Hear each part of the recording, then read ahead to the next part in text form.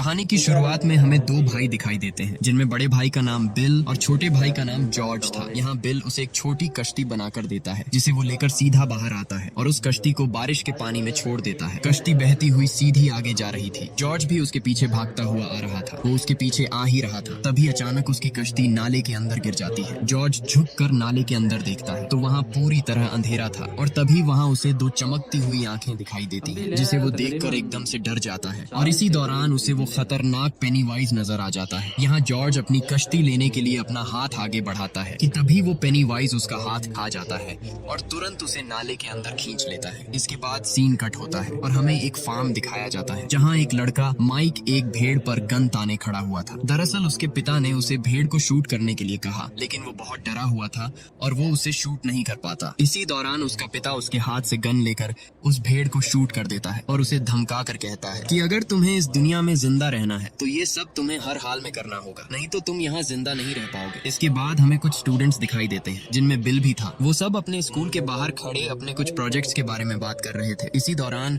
वहाँ एक औरत स्कूल के बाहर खड़ी अपनी बेटी के आने का इंतजार कर रही थी, जो कि पिछले पूरे एक हफ्ते से गायब है और अभी तक उसकी माँ उसके आने की आस में खड़ी थी। तभी वहाँ एक बदमाश लड़कों का ग्रुप आकर वहाँ बिल के दोस्तों को तंग करने लगते हैं। ये देखकर बिल उन्हें जोर से चिल्लाकर कहता है, तुम सब बहुत पछताओगे। इसलिए ये सुनकर वहाँ एक लड़का हेनरी आकर उससे कहता है कि मैंने तुम्हें तुम्हारे भाई की वजह से छोड़ दिया, लेकिन अब नहीं छोड़ूंगा। तभी वो वहाँ कुछ पुलिस वालों को खड़ा देखकर उसे छोड़कर वहाँ से चला जाता है। इसके बाद बिल सीधा अपने घर आता है, जहाँ वो अपने भाई की वजह से बहुत दुखी था। वो एक डमी पुतले को लेकर एक पाइप में डालकर ऊपर से पानी को छोड़ देता है, जिससे वो डमी पुतला बहता हुआ सीधा उस पाइप से बाहर आ जाता है। ये देखकर वो अपने डैड को बताता है कि इसी तरह मेरा भाई जॉर्ज भी उस दिन बारिश के पानी में बहता हुआ कहीं दूर चला गया होगा और मुझे लगता है शायद वो अभी भी जिंदा है। आगे से उसका डैड उस पर गुस्से होकर कहता है कि अब जॉर्ज हमारे दरमियान नहीं रहा और तुम भी उसे भूल जाओ, क्योंकि वो अब हमें कभी भी नहीं मिलेगा और वो मर चुका है। इधर माइक भेड़ों का गोश्त बेचने के लिए शहर आता है कि तभी उसे वही बदमाश लड़के दिखाई देते हैं जो वहाँ उसके पीछे आ रहे थे। ये देखकर वो तुरंत वहाँ छुप जाता है और किसी तरह वो उनसे बच जाता है। वो गोश्त निकाल ही रहा था, तभी वहाँ उसे दरवाजे के हिलने की आवाज आती है और इसी दौरान उस दरवाजे से बहुत सारे अजीब से हाथ बाहर निकलने की कोशिश कर रहे थे और तभी वहाँ वो दरवाजा अपने आप खुल जाता है और वहाँ उसे उसी पेनीवाइज की परछाई दिखाई देती है। वो उसे अपने काबू में करने की कोशिश कर रहा था। ये देखकर उसके पैरों तले जमीन ही खिसक जाती है, लेकिन इसी दौरान वही बदमाश लड़के वहाँ आ जाते हैं और वो बदमाश लड़का हेनरी उसे इस शहर से बाहर निकलने को कहकर चला जाता है। इसके बाद हमें बिल का एक दोस्त स्टैन दिखाया जाता है, जो अपनी एक बुक रख ही रहा था। तभी उसके कमरे का दरवाजा खुलने लगता है और तभी वहाँ एक पेंटिंग में से एक अजीब सी औरत बाहर निकल आती है, जिसे देखकर उसके होश ही उड़ जाते हैं और वो तुरंत वहाँ से भाग जाता है। इधर हमें बेन दिखाया जाता है, जो स्कूल लाइब्रेरी में एक बुक पढ़ रहा था, जिसमें उसी पेनीवाइज के बारे में लिखा हुआ था। यहाँ उसे पता चलता है कि हर 27 साल बाद पेनीवाइज बहुत सारे बच्चों को मार डालता है और उन्हें गायब कर देता है। यहाँ वो किताब पढ़ ही रहा था, तभी वहाँ उसे पीछे से एक लाल रंग का गुब्बारा उड़ता हुआ दिखाई देता है। वो उसके पीछे पीछे आता है और कुछ ही आगे आने पर उसे अजीब से अंडे पड़े हुए दिखाई देते हैं। वो उनका पीछा करते करते एक कमरे में आ जाता है और जैसे ही वो उस अंडे को उठाता है तो वहाँ एकदम से सब लाइट्स ऑन ऑफ होने लगती हैं और तभी वो देखता है तो सीढ़ियों से एक अजीब सा दिखने वाला सर कटा बच्चा आ रहा था। वो उसे पकड़ने के लिए उसका पीछा करता है। ये कोई और नहीं बल्कि वही पेनीवाइज ही था। बेन जैसे तैसे करके वहाँ से भाग निकलता है और कुछ ही आगे आने पर उसे वही बदमाश लड़के पकड़ लेते हैं। वो उसे मारने ही वाले थे। तभी वहाँ से एक गाड़ी गुजरती है और गाड़ी के पीछे वही लाल रंग का गुब्बारा दिखाई देता है, जो कि उसी पेनीवाइज का था। मतलब वो हर जगह लोगों के बच्चों को अपने काबू में कर रहा था। इधर वो बदमाश लड़का हेनरी बेन के पेट पर एक लेटर एच लिख देता है, लेकिन तभी बेन उसे लात मारकर वहाँ से अपनी जान बचाकर भाग जाता है। वो उसका पीछा करते हैं, लेकिन वो वहाँ से दूर भाग जाता है। यहाँ बिल और उसके दोस्त उसके भाई जॉर्ज को वहाँ उस नाले के एंड पर देखने के लिए आए हुए थे, क्योंकि बिल को अभी भी लगता है कि उसका भाई जिंदा है और वो यहीं कहीं होगा। ढूंढते ढूंढते बिल को वहाँ एक जूता मिलता है, जो जॉर्ज का नहीं था। दरअसल ये उसी औरत की बेटी का जूता था, जो उस दिन अपनी बेटी को स्कूल के पास ढूंढ रही थी। मतलब वो भी उस पेनीवाइज का शिकार बन चुकी है। यहाँ रिची उन सबसे कहता है कि हमें और आगे नहीं जाना चाहिए, क्योंकि अब हमारी जान को खतरा है। क्या पता वो खतरनाक पेनीवाइज अंदर जाते ही हमें जान से मार डाले। तभी वहाँ बेन पहुँच जाता है और वो उसे सीधा मेडिकल स्टोर ले आते हैं, लेकिन वहाँ और दवा लेने के लिए उनके पास पैसे कम पड़ जाते हैं। लेकिन तभी वहाँ बेवरली आ जाती है और बिल उसे बताता है कि हमारे पास पैसे खत्म हो चुके हैं। इसलिए बेवरली वहाँ उस काउंटर पर खड़े एक आदमी का ध्यान अपनी तरफ कर लेती है और तभी एक मेडिकल किट को नीचे गिरा देती है, जिससे उस आदमी का ध्यान बिल और उसके दोस्तों से हट जाता है और इसी का फायदा उठाकर वो वहाँ से भाग जाते हैं और एक जगह पर आकर वो बेन के जख्म पर पट्टी करते हैं। इधर हेनरी का एक दोस्त उसी नाले के अंदर बेन को ढूंढने के लिए आ जाता है। वो बेन को ढूंढते ढूंढते आगे बढ़ता है, लेकिन तभी उसके सामने वहाँ बहुत सारे जले हुए लोग आ जाते हैं। वो भागता भागता एक जगह पर पहुँचता है, लेकिन वहाँ से वो नाला बंद था। इसी दौरान वो पीछे मुड़कर देखता है तो वही लाल रंग का गुब्बारा उसकी तरफ आ रहा था और आते आते वो एकदम फट जाता है और उसके पीछे से वो पेनीवाइज निकलकर उसे वहीं पर मार डालता है। इसके बाद सभी दोस्त बेन के घर आते हैं, जहाँ बहुत सारी पेंटिंग्स लगी हुई थी और तभी वहाँ एक पेंटिंग में उसी पेनीवाइज की भी तस्वीर दिखाई देती है। मतलब वो पेनीवाइज अभी भी इन सबके पीछे पड़ा हुआ था, लेकिन वो उन पेंटिंग्स पर ज्यादा ध्यान नहीं देते। दूसरी तरफ एडी अपने घर की तरफ जा रहा था। जाते जाते उसे रास्ते में एक अजीब और डरावना घर दिखाई देता है। इसी दौरान उसकी दवा लेने का समय हो जाता है। वो अपनी दवा लेने ही वाला था, तभी वहाँ उसी घर से अजीब सी आवाजें आने लगती हैं। ये सुनकर उसके अंदर एक डर सा बैठ जाता है, लेकिन वो ध्यान नहीं देता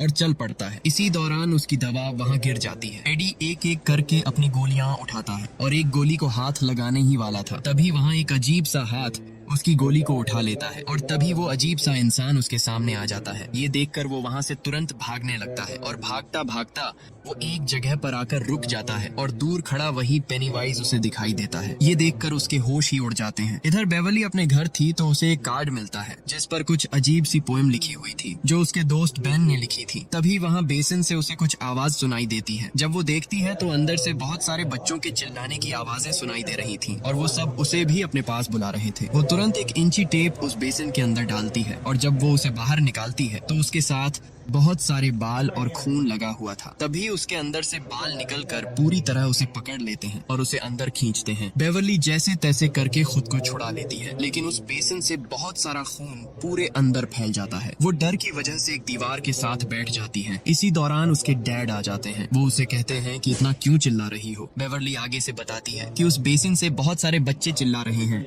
लेकिन उसके डैड को उसकी एक बात भी समझ नहीं आती। और हैरानी की बात, कमरे के अंदर लगा हुआ बहुत सारा खून भी उसे दिखाई नहीं दे रहा था। उसका डैड उसे बताता है कि ये तुम्हारा वहम होगा। इधर बिल की भी एकदम से आंख खुल जाती है। जैसे ही वो उठकर देखने आता है तो एक कमरे से खुद ही लाइट ऑन हो जाती है। वो न चाहते हुए भी डरते डरते उस कमरे की तरफ बढ़ता है और उस कमरे में जाते ही वहाँ कोई भी नहीं था। वो अपने कमरे में बैठा ही था, तभी उसे किसी के भागने की आवाज आती है। वो उसके पैरों के निशान का पीछा करते करते एक जगह पर पहुँचता है जहाँ उसका भाई जॉर्ज भागता हुआ दिखाई देता है, जिसे देखकर उसके पैरों तले जमीन ही खिसक जाती है। वो तुरंत उसका पीछा करते करते नीचे बेसमेंट तक आ जाता है, जहाँ उसका भाई उसे अजीब तरीके से हंसकर कहता है, तुम भी मेरे साथ तैरने के लिए चलो। और इसी दौरान वो एक खतरनाक शैतान में बदल जाता है और तभी वो पेनीवाइज भी पानी से निकल बाहर आता है और अचानक बिल पर हमला कर देता है, लेकिन बिल मौके पर ही वहाँ से भाग जाता है। अगली सुबह सभी दोस्त सीधे बेवरली के घर आते हैं और उसी जगह जाते हैं जहाँ उस दिन बेवरली को वो बाल बेसिन के अंदर खींच रहे थे। सभी दोस्त वहाँ बहुत सारा खून देखकर घबरा जाते हैं। इसके बाद सभी वहाँ से घर की तरफ निकल पड़ते हैं। जाते जाते वहाँ वो उन बदमाश लड़कों की कार को देखते हैं और साथ में किसी की साइकिल भी गिरी हुई थी। वो सभी उसके पीछे भागते हैं। इधर वो सभी बदमाश लड़के माइक को गंदा गोश्त खाने के लिए मजबूर कर रहे थे। इसी दौरान उसे वही पेनीवाइज दिखाई देता है जो अपने हाथ में किसी का हाथ पकड़ कर हिला रहा था। इससे पहले वो पेनीवाइज उसे अपने पास बुलाता, वहाँ उसे हेनरी पकड़कर मारने लगता है। वो उसे पत्थर मारने ही वाला था, तभी वहाँ दूर से पत्थर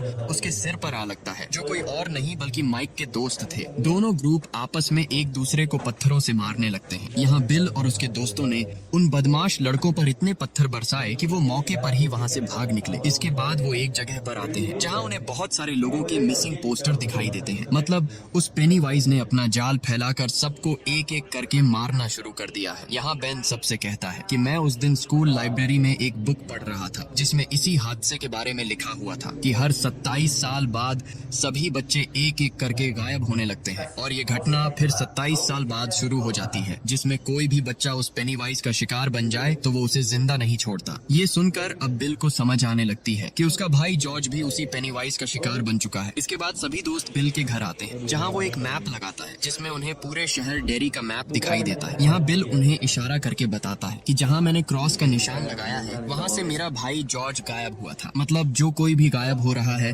वो जगह गटर से जुड़ी हुई है और सभी गटर्स वेल हाउस में जाकर मिलते हैं। और मेरा भाई भी मेरे घर के पास एक गटर से ही गायब हुआ था। बिल सबसे कहता है कि ये वेल हाउस ही वो जगह है जहाँ वो पेनीवाइज रहता है। इसी दौरान एडी सबसे कहता है कि मैंने भी उस दिन पेनीवाइज को उसी घर में ही देखा था और वहाँ मुझे एक अजीब सा दिखने वाला आदमी भी मिला था जो मेरे पीछे पड़ गया था मुझे पकड़ने के लिए। इसलिए अब वो डरने लगता है और कहता है कि अब हमें उसे भूल जाना चाहिए और उसके बारे में कभी भी बात नहीं करनी चाहिए। इसलिए एडी गुस्से से वो मैप उतार देता है। इसी दौरान वहाँ वो प्रोजेक्टर भी खुद ही ऑन ऑफ होने लगता है और सभी तस्वीरें खुद ही बदलने लगती हैं। और तभी एक तस्वीर से वही पेनीवाइज सामने आने लगता है, जिसे देखकर सभी दोस्त वहाँ अपने होश खो बैठते हैं। ये देखकर माइक तुरंत उस प्रोजेक्टर को लात मारकर नीचे गिरा देता है, लेकिन वो प्रोजेक्टर फिर भी खुद ब खुद ऑन होने लगता है और एकदम से वो पेनीवाइज उस तस्वीर से बाहर निकल आता है और उन पर भागकर हमला करता है। लेकिन तभी वहाँ बेन दरवाजा खोल देता है, जिससे वो पेनीवाइज वहाँ से गायब हो जाता है। वो सब सुकून का सांस लेते हैं और बिल सबसे कहता है कि अब मैं उसी जगह अपने भाई को ढूंढने के लिए जा रहा हूँ। इसलिए वो सब उसी डरावने घर के पास आ जाते हैं और कुछ दोस्त सीधे उस घर के अंदर चले आते हैं। वो आगे बढ़ ही रहे थे, तभी एडी को कुछ आवाज सुनाई देती है। इसी दौरान वहाँ उसे दरवाजा खुलता हुआ दिखाई देता है। वो वहाँ देख ही रहा था, लेकिन पीछे से दूसरा दरवाजा बंद हो जाता है। वो भाग कर आता है, लेकिन तभी वहाँ का रास्ता बीच से टूट चुका था। इसी दौरान उसके कंधे पर कोई हाथ रखता है और जब वो पीछे मुड़कर देखता है तो उसके सामने वही अजीब सा आदमी था, जिसे देख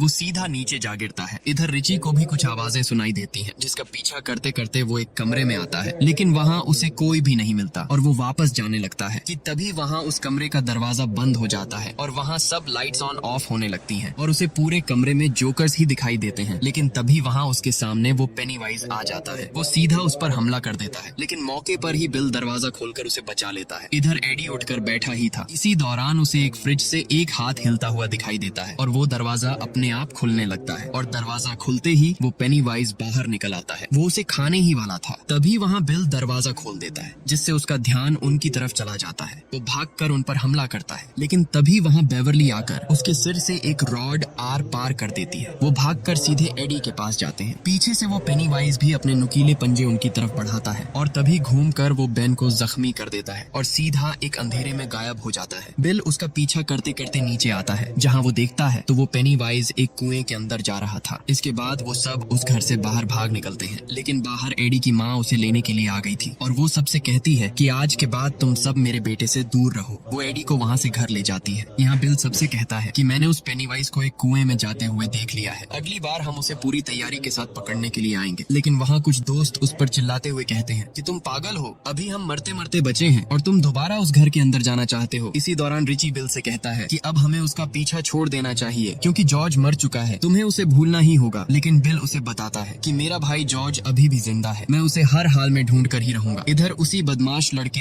हेनरी को उसके घर के पास एक बॉक्स में वही लाल रंग का गुब्बारा बंधा हुआ मिलता है। वहाँ उसे एक लाल रंग का डिब्बा मिलता है, जिसे खोलते ही उसके अंदर एक चाकू था जो कि उसी का अपना ही था। दरअसल जब उसने बेन के पेट पर एच लिखा था और बेन को पकड़ते समय उसके हाथ से गिर गया था। इसके बाद वो सीधा अपने डैड के पास आता है और आते ही वो चाकू अपने डैड की गर्दन पर रख देता है और साथ में ही टीवी पर एक वीडियो ऑन हो जाती है कि मार दो सबको। और उस वीडियो में भी पेनीवाइज साफ साफ दिखाई दे रहा था और इसी दौरान वो अपने डैड की गर्दन पर चाकू घोंपकर उसे वहीं पर मार डालता है और मारते ही वो सामने देखता है तो पेनीवाइज पूरी टीवी में आ चुका था। मतलब अब वो भी पूरी तरह उसके कब्जे में आ चुका था और यहाँ पेनीवाइज उसका दोस्त बन चुका है। अब वो उसके साथ मिलकर सबको मारने वाला था। इधर बेवरली का डैड भी उससे अजीब तरीके से बातें करने लगता है, जिसे देखकर बेवरली के अंदर खौफ बढ़ जाता है और तभी उसका डैड उस पर हमला कर देता है। बेवरली भागकर तुरंत एक बाथरूम का दरवाजा बंद कर देती है। उसका डैड उसे ढूंढते ढूंढते उस बाथरूम तक पहुंच जाता है और तभी वो उस दरवाजे को तोड़ देता है, लेकिन वहाँ उसे बेवरली नहीं मिलती। इसी दौरान वो पर्दा हटाता है तो आगे से बेवरली उसके मुंह पर सिंक दे मारती है, जिससे उसका डैड मौके पर ही बेहोश हो जाता है। वो वहाँ से पीछे मुड़ती ही है कि तभी आगे से उसे पेनीवाइज गले से पकड़ लेता है और उसे वहाँ से अपने साथ ले जाता है। इधर बिल बेवरली को ढूंढते ढूंढते उसके घर तक आ जाता है और एक जगह पर आकर वो देखता है तो बेवरली का डैड वहाँ पर मर चुका था और तभी वो ऊपर देखता है तो वहाँ ऊपर लिखा था you die if you try, जिसका मतलब था कि अगर तुमने कोशिश की तो तुम मारे जाओगे। ये देखकर उसके पैरों तले जमीन ही खिसक जाती है और वो वहाँ से भाग निकलता है। इधर एडी को बिल की कॉल आती है और वो उसे बताता है कि तुम्हें जैसे भी करके अभी और इसी वक्त हमारे पास आना होगा। इसीलिए एडी भी निकल पड़ता है, लेकिन तभी उसकी माँ उसे रोक लेती है और कहती है कि तुम अभी पूरी तरह ठीक नहीं हुए हो, इसलिए तुम बाहर नहीं जा सकते। वो अपनी माँ से कहता है कि आज आप मुझे नहीं रोक सकती, मैं हर हाल में अपने दोस्तों के पास जाकर ही रहूंगा। इसलिए वो भी वहाँ से निकल पड़ता है और यहाँ पूरे के पूरे 6 दोस्त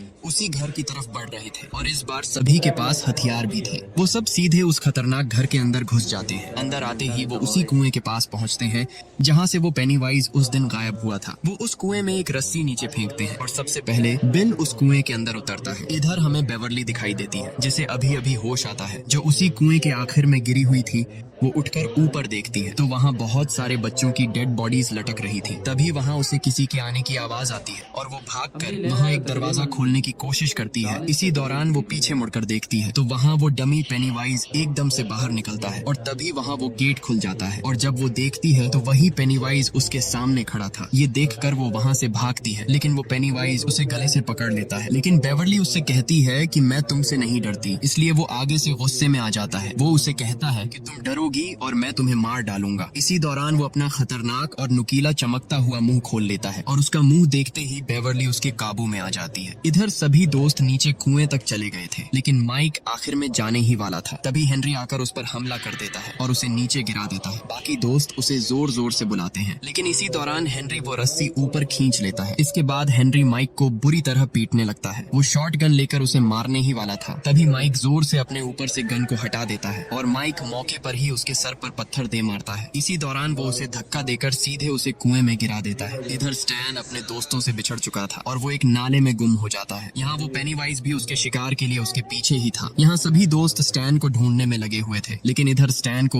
वो पेनीवाइज अपने काबू में कर रहा था और तभी एक औरत की शक्ल में वो उसके पास आ जाता है। इधर सभी दोस्त भी वहाँ पर आ चुके थे और उनके देखते ही वो पेनीवाइज उसे वहीं पर काट लेता है और वो पेनीवाइज मौके पर ही वहाँ से भाग जाता है, लेकिन खुशकिस्मती से स्टैन बच जाता है। तभी बिल को वहाँ उसका भाई खड़ा हुआ दिखाई देता है। ये देखकर वो उसके पीछे पीछे भागता है और भागते भागते वो एक जगह पर आ पहुँचता है जहाँ वो बेवर्ली को ऊपर लटका हुआ देखता है। इसी दौरान सभी दोस्त भी आ जाते हैं। वो सब बेवर्ली और बहुत सारे बच्चे लटके हुए देखते हैं, जिसे देखकर उनके होश ही उड़ जाते हैं। वो सब तुरंत उसे नीचे उतारते हैं और उतारते ही बेवर्ली को होश आ जाता है। इधर बिल को उसका भाई भी मिल जाता है, जिसका एक हाथ कटा हुआ था और दूसरे हाथ में उसने वो कश्ती पकड़ी हुई थी जो बिल ने उसे उसी बारिश वाले दिन बनाकर दी थी। जॉर्ज उससे कहता है कि मुझे अपने घर जाना है, मैं अपने मॉम और डैड को मिस कर रहा हूँ। आगे से बिल उसे बताता है कि मैं भी तुम्हें बहुत मिस कर रहा हूँ और इसी दौरान बिल उसे लव यू कहकर उसे वहीं पर शूट कर देता है। लेकिन तभी वो मरा हुआ जॉर्ज एकदम से हिलने लगता है और हिलते हिलते वो पूरी तरह पेनीवाइज में बदल जाता है और वो वहाँ सब दोस्तों पर हमला कर देता है। लेकिन यहाँ वो सब दोस्त भी उस पर गोली की तरह टूट पड़ते हैं और एक एक करके वो सब उसे पूरी तरह धो डालते हैं और तभी बेवर्ली उसके मुंह में एक रॉड घोंप देती है और आखिरकार वो पेनीवाइज वहीं पर खत्म हो जाता है। इसके बाद सीन कट होता है और हमें सब दोस्त दिखाई देते हैं जो सब उस पेनीवाइज से बच निकले, लेकिन बिल अपने